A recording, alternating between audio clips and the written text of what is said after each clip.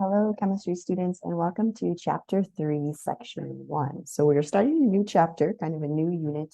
Section 1 is on scientific notation and scientific measurements. And in this chapter, I've included a practice worksheet for you guys to work through and hand in, and then 2 YouTube videos to watch. They're under the Learning Resources section in this module. So please be sure to watch those videos because the more you kind of see and hear different people explaining these topics, the better.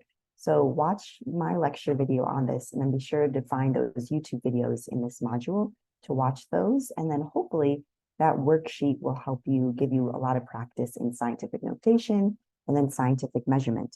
That worksheet does give you the answers. So, but I still want you to understand how you get those answers, because in the quiz for this week, you'll have to actually know how to do it. Okay, so scientific notation. A measurement is a quantity that has both a number and a unit. And in chemistry, you often encounter very large or very small numbers.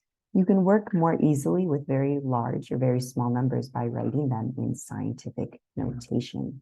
And we'll go over that now. Scientific notation is a way to represent large or small numbers. For example, the mass of a hydrogen atom is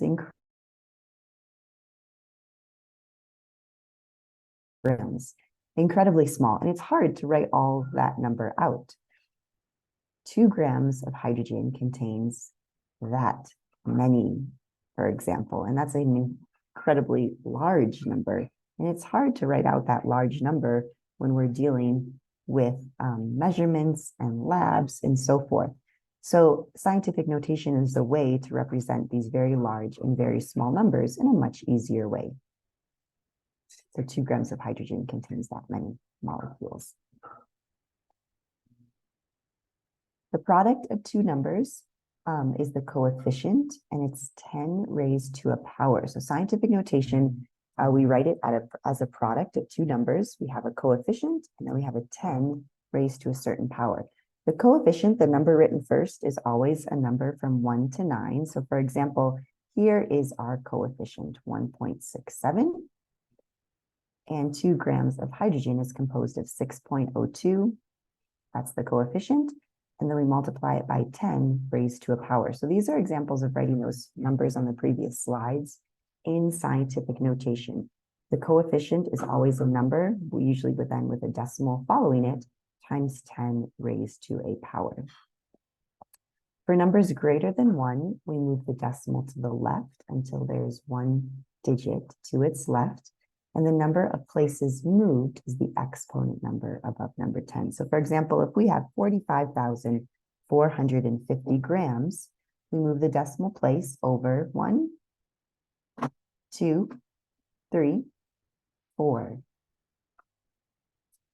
So because we moved the decimal place over 1, 2, 3, 4, writing 45,450 grams in scientific notation is 4.5450 times 10 to the 4th. So however many places we move the decimal place over, that is what our exponent number is. And we'll go over more examples of this. For numbers less than 1, we move the decimal to the right, stopping after the first non-zero number. And the number of places moved is the exponent number. So for example, if we have 0.00453 milliliters, we're going to take our decimal place, move it over once, twice, 3 times, and we stop right when we get to 1 coefficient. So 0.00453 milliliters in scientific notation, we write it as 4.53 times 10 to the negative third. So the number of places we move the decimal place to the right is 3, and because we moved it to the right, it's a negative number. Moving the decimal place, the number of time indicated by the exponent we move it to the right if it's positive, and to the left if it's negative. So for example, if we have 8.07 times 10 to the second, because the 2 is positive, we're moving the decimal place to the right once, twice, and our number will be 807. Similar, moving the decimal place, the number of time indicated by the exponent, we move it to the right if it's positive, and we move it to the left if it's negative. So for example, if we have 1.2 times 10 to the negative fourth, we're going to take our decimal place, move it over once, twice, 3 times, 4 times, and fill in zeros where we have those spaces. So we'll get 0.00012. Mental math and scientific notation. So we can multiply and divide the base numbers. And whenever we multiply two products, we're going to add the exponents. And when we divide, we subtract the exponents. And I'll give you an example of this. So for example, multiplication. If we're multiplying two numbers in scientific notation, we are going to multiply the coefficients. So we just take 3 times 2, and then we'll multiply by 10, but we add the exponents together. So we're going to add 4 plus 2. So we'll get 3 times 2 is 6 times 10, and we're adding the exponents because we're multiplying. So we'll get 4 plus 2, 6. Another example, we're going to multiply 2.1 times 4. And then we'll take it times 10, but then we're going to add the exponents together. So we're going to take 3 plus negative 7. So our answer will be 2.1 times 4 is 8.4.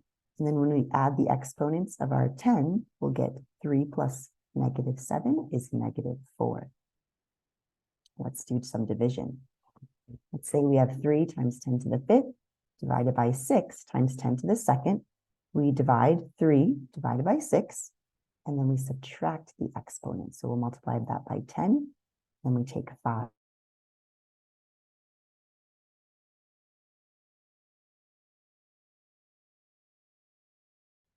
Another way of then writing this, 0.5 times 10 to the 3rd, if we want to write it in scientific notation, we need a coefficient. So we're going to move our decimal place over 1 time to the right. And when we do that, we'll get 5 times 10 to the 2nd, because when we move the decimal place over to the right, we're going to make this coefficient smaller. Mental math, addition and subtraction, so we can add. The exponents must be the same if we add and subtract numbers in scientific notation.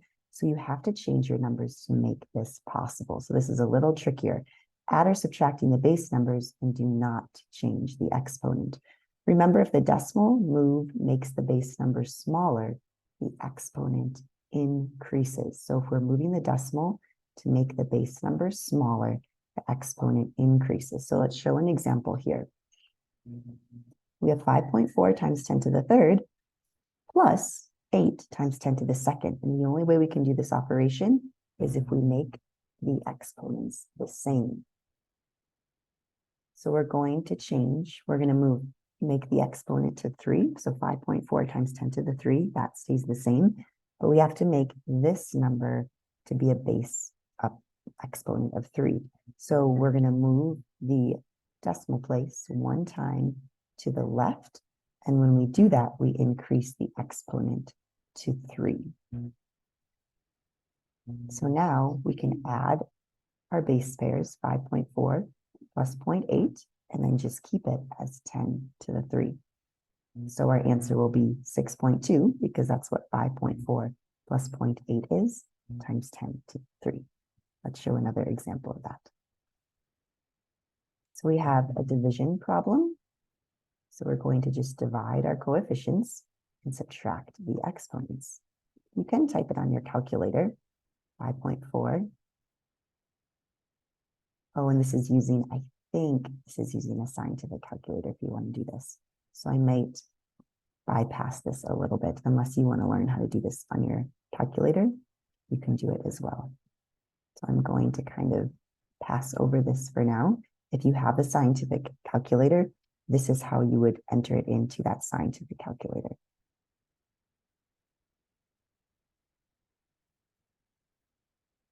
Accuracy is how close a measurement is to the accepted or true value, and precision is how close a series of measurements are to each other. This is important to remember. So accuracy is how close a measurement is to the accepted or true value, Whereas when we use the word precision, that is how close a series of measurements are to each other. And what we just went over, those adding, additioning, multiplying, and dividing those scientific notation numbers, there are a lot of examples in your textbook. So I would encourage you to use your textbook, read through your textbook as another help for this week's module as well. To evaluate the accuracy of a measurement, the measured value must be compared to the correct value. And to evaluate the precision of a measurement, you must compare the values of two or more repeated measurements. So this is accuracy versus precision. So another way of thinking of accuracy and precision, if we look at a dartboard and you see a bunch of these kind of X's where the dots are, they're all precise because they're relatively close together. So that's precision, but they're not accurate because you haven't hit the bullseye.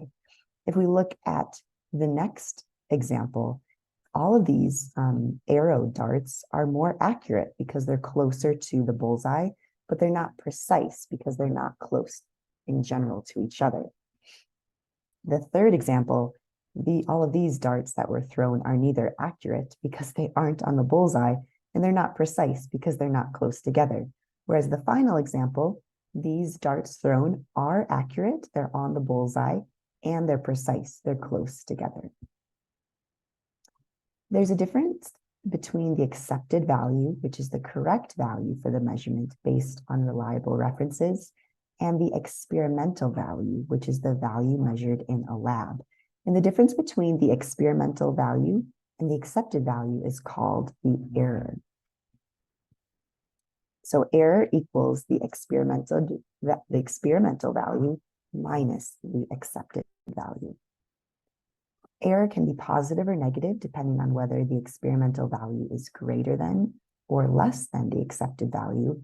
And sometimes it's useful to calculate the percent error, which of a measurement is the absolute value of the error divided by the accepted value and then multiplied by 100%. The percent error of a measurement is the absolute value of the error divided by the accepted value multiplied by 100%.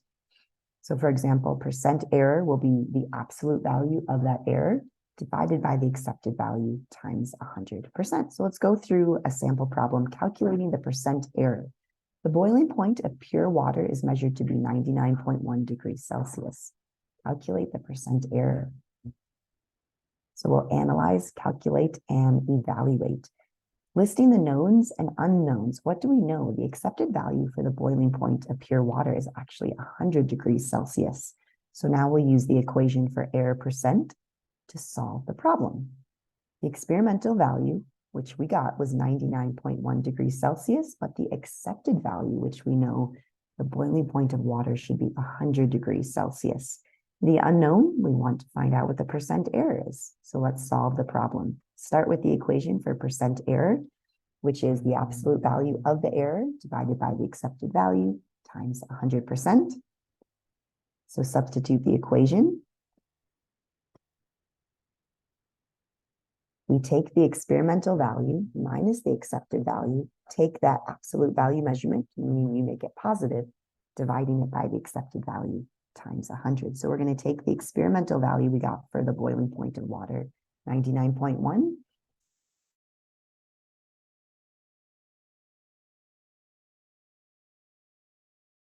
A positive, dividing by 100 and multiplying by 100. So we'll get 0.9 divided by 100 times 100%, crossing off degrees Celsius, and we'll get our percent error as 0.9%. Does the result make sense? The experimental value is off by about 1 degree Celsius, or 1/100th of the accepted value, so that answer does make sense, 0.9%. Significant figures then. The significant figures in a measurement include all of the digits that are known, plus a last digit that is estimated. So now we get into significant figures. Give me 1 second here.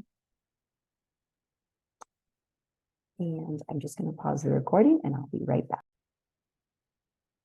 All right, so continuing on with significant figures, and again, please watch the videos that I've posted in your Moodle for this module to help with that. Significant figures measuring length. We know for sure that the object is more than 2, but less than 3. So right where we see this arrow, we're trying to measure this length. We know for sure that the object is more than 2.8 past this notch, but less than 2.9. And this ruler allows us to estimate the length to about 2.85 centimeters. So if we're looking at here, the device is marked to the tens place, so we read to the ones. So we measure this dotted line, we're at about 67, and the 7 in the ones place is estimated. The next measurement, the device is marked to the 10th place, so we read to the 100th place. So for example, I measured it about 0.48, and the 8 in the 100th place is to be estimated. And the final one, the device is marked to the ones place, so we read it on the tens place, so we have a measurement of about 6.2, and the 2 in the tens place is estimated. Measurements must always be reported to the correct number of significant figures because the calculated answers often depend on the number of significant figures in the values used in the calculations. And we'll continue more with this. Counting significant figures, we have a few rules. Every non-zero digit in a reported measurement is a significant figure. So if you have a number that's not 0, it is significant. Zeros appearing between numbers that are non-zero are also significant. And we'll give you lots of examples. So if we have 4, 0, 1, 2, there are 4 significant figures in that number. The 0 is between 2 non-zero numbers, so this 0 is a significant figure. The leftmost zeros appearing in front of non-zero digits are not significant. So for example, if we have 0.421, we don't count that 0. We only count these as 3 significant figures. And then zeros at the end of a number and to the right of a decimal point are always significant. So if we have 1.010, both the ones are significant. This 0 is significant because it's between the non-zero numbers. And then always, the zeros at the end of a number to the right of the decimal point are always significant. So we have 4 significant figures in that number. Zeros are at the rightmost end of the measurement that lie to the left of an understood decimal point are not significant if they serve as placeholders to show the magnitude of the number. So for example, if we have 7,000 meters, they're to the right of the, that lie to they're to the right, and they're to the left of an understood decimal point. So there's a decimal point right here where my cursor is, that's understood. These are not significant zeros because they're just serving as a placeholder. So in this number, 7,000 meters, we just have 1 significant figure. And there are an unlimited number of significant figures if a number that is counted is exact or exact defined properties. So for example, if you have 28 people in your class, or 60 seconds is equal to 1 minute, those are exact defined properties. So that we just say there's an unlimited number of significant figures if the number is exact. So start counting from left to right at the first non-zero number. And if there are zeros at the beginning of the number, do not count them. And if the decimal point is present, then count any rightmost zeros. And if a decimal point is not present, don't count the rightmost zeros. So let's go through examples. How many significant figures are in each of the following measurements? 123. What do you guys think? 40,506, 9.8 times 10 to the 4th, and 22 meters 6, 0.07080. We're going to go over these examples together. 98,000. Let's solve these ones. All right. The location of each zero in the measurement and the location of the decimal point determines which of the rules apply for determining significant figures, and these locations are known by inspecting each measurement value. Applying the rules for determining the significant figures, remember that all non-zero digits are significant, and then use rules 2 through 6 to determine which zeros are significant. So 123 meters, what do you think? We'll go over these on the next slide. 123, we have 3 significant figures because they're all non-zero. This one, we have 5 significant figures because the zeros are in between non-zero digits. So we have 1, 2, 3, 4, 5. Everything's significant figures. 1, 2, 3, 4, 5, because the zeros after a decimal point are always significant. 22, an unlimited number, because we have kind of an exact number like the 28 people in the class or something that's completely labeled. So we have an unlimited significant figures rule. And what about the next one? We have 4 significant figures because to the left, we don't count these first 2 zeros as significant. So we just have the 7 significant figures in that problem. The next one are only 2 significant figures because when we have a decimal point that is kind of like, we know it's there, we don't count these zeros because these zeros are just placeholders. So we only have the 9 and the 8 as the 2 significant figures. The calculated answer cannot be more precise than the least precise measurement from which it was calculated, and the calculated value must be rounded to make it consistent with the measurements from which it was calculated. So to round a number, you must first determine or decide how many significant figures the answer should have. And once you know the number of significant figures your answer should have, round to that many digits, counting from the left. So for example, if a digit immediately to the right of the last significant digit is less than 5, it's simply dropped and the value of the last significant digit stays the same. And if the digit in the question is 5 or greater, the value of the digit and the last significant place is increased by 1. And we'll go over examples, rounding measurements. Round off each measurement to the number of significant figures shown in the parentheses, and then write the answers in scientific notation. So we have the number 314.721, and we want to write it to only have 4 significant figures. And we want to write our answer in scientific notation. And then we have another practice problem, 0.001775. We want to include only 2 significant figures in that. And then 8792, we only want to include 2 significant figures. And again, writing all these numbers in scientific notation, we'll go over these together.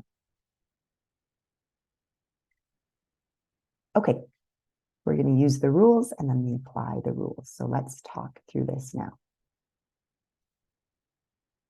Starting from the left, count the first 4 digits that are significant. So we're asking to round 4 significant figures. So we always start from the left and we count the first 4 digits. So in our answer, we're going to have a 3, a 1, a 4, and a 7. That's it, because we only want to round 4 significant figures. So we'll just have the 3, the 1, the 4, and the 7. We're going to drop off the 2 and the 1. 2 is less than 5, so we will not round up. So our final answer is just going to be 314.7. And we're just going to drop off the other 2 because we only want to take the first 4 significant figures. Writing this in scientific notation, we need to move our decimal place over 1, 2 to get 3.147 times 10 to the 2. So that is our final answer. Let's do this again to the other problems. 0.001775. We're rounding to just 2 significant figures. Starting from the left, count the first 2 digits that are significant. So we're only going to have a 1 and a 7 in our answer. Those are the first 2 digits that are significant because we only want 2 significant figures. However, then we look at the number to the next to determine, do we round or not? The 7 is greater than 5, so we are going to round this 7 to an 8. So our final answer is going to be 0.0018. So we're just left with 2 significant figures, the 1 and the 8. We rounded up to 8, because this number after this 7 is greater than 5. So our final answer in scientific notation, we have to move the decimal place 1, 2, 3 places to the right, and it's going to be negative because we have a very small number. So our final answer will be 1.8 times 10 to the negative 3 meter. Let's do another practice problem. 8792. We just want 2 significant figures. We're going to start from the left and we count the first 2. So our final answer is just going to have the 8 and the 7. Then we look at the 9, and I think we're going to have to round up because 9 is greater than 5. So our final answer will be 8,800 meters. Let's put that in scientific notation. 8.8 times 10 to the 1, 2, 3 places we had to move the decimal place. I think we had one more, or adding and subtract, moving on. Adding and subtracting, the answer to an addition or a subtraction calculation should be rounded to the same number of decimal places, not digits, as the measurement with the least number of decimal places. So, sample problem, significant figures in addition and subtraction. We're going to perform the following addition and subtraction operations and give each answer to the correct number of significant figures. So, for example, we are going to add 12.52 meters plus 349 meters plus 8.24 meters. We want to give the answer to the correct number of significant figures. And we'll do this practice problem too, a subtraction. Okay, let's do these practice problems together. Performing the specific math operation and then rounding the answer to match the measurement with the least number of decimal places. That is what we're thinking of here. Okay. Align the decimal points and add the numbers. So let's line everything up. 12.52 meters, 3.49.0 meters, and 8.24 meters. So you see here, we're adding up these numbers by lining up the decimal points. Do you see how the decimal points are all lined up? So let's see what we get. We'll total that up and we'll get 369.76 meters. But now, how do we know how many digits we want, how many significant figures we want? And then we have to write in anatomical and in scientific notation.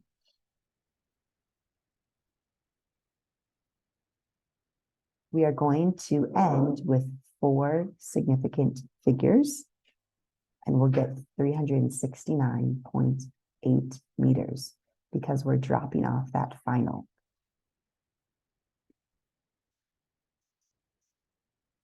Align the decimal points and subtract the numbers. So we're going to do the same one for the next problem. We'll line up the decimal points, subtracting the numbers, and then we drop off the final number at the end. So we're left with 46.28 and writing that in scientific notation, which it doesn't have us do. But then we end with 46.29 because we drop off that final. So you're doing the significant figures for the least number. Multiplying, dividing. So in calculations involving multiplying, dividing, we need to round the answer to the same number of significant figures as the measurement of the least number. So for example, your answer will always have the number of significant figures as the least number. The position of the decimal point has nothing to do with the rounding process when multiplying and dividing. So let's go through some examples now. 7.55 meters times 0.34 and 2.1 meters times 0.7 and a division problem. So for these ones, we don't have to line up any decimal places. Let's go through the multiplication first. And remember, we're rounding the answer to match the measurement with the least number of significant figures. That's very important to remember. Okay. So 7.55 times 0.34 meters. 3 significant figures and 2 significant figures. So we're going to go for the least amount, and our answer should only have 2 significant figures in it. So when we multiply this together, we get 2.567 meters. And we only want an answer with 2 significant figures, so we have to drop off the final 2. So we'll get 2.5, but we round the 5 up to the 6 because that 6 is greater than 5. Does that one make sense? We'll do another sample problem. 2.10 meters times 0.70 meters. This has 3 significant figures, and this one has 2. So we're going to want an answer which is 2 significant.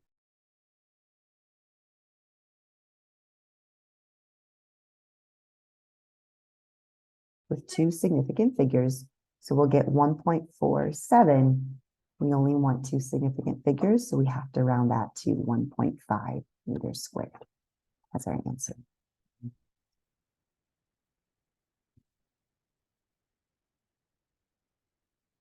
.4526 meters divided by 8.4. We have a number with 5 significant figures, and we have a number with 2 significant figures. So we always go with the least. So we're going to want an answer with only 2 significant figures. So we just divide, use your calculator, and we get 0.291076. So we got to cut all these off because we only want an answer with 2 significant figures. This little 1 is less than 5, so we don't have to round up, and our answer will be 0.29 meters squared. Good job, guys. I think we have one more practice problem to do. 0.365 meters squared divided by 0.02 meters squared. We have a number with 3 significant figures and a number with 3 significant figures because we have 1, 2, 3. The zeros in front are important. Those are significant. The zeros at the end don't count. So this is easy because we know our answer will have 3 significant figures because we started each with 3. When we divide, we get 18.25. So we're going to cross off this 5 because we want an answer which is 3 significant figures. But since it was a 5, we're going to round up to 18.3 meters. Thanks for listening, guys. Please let me know if you guys have questions. Take care.